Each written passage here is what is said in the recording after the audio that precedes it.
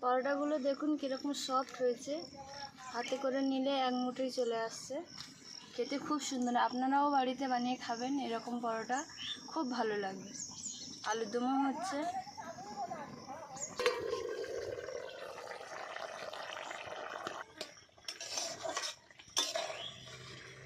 আলুর দম ঝোল ভালো লাগে না, কষা করলেই ভালো লাগে, তাই কষা করে নেব।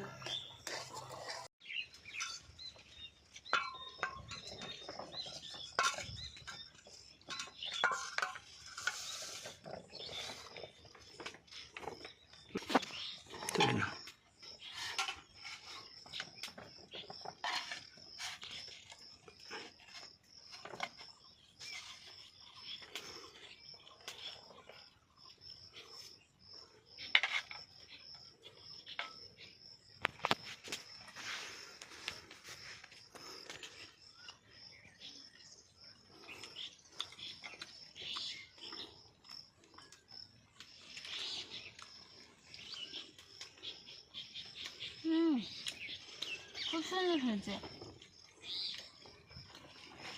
আপনারাও এরকম ঘরে বানিয়ে খাবেন।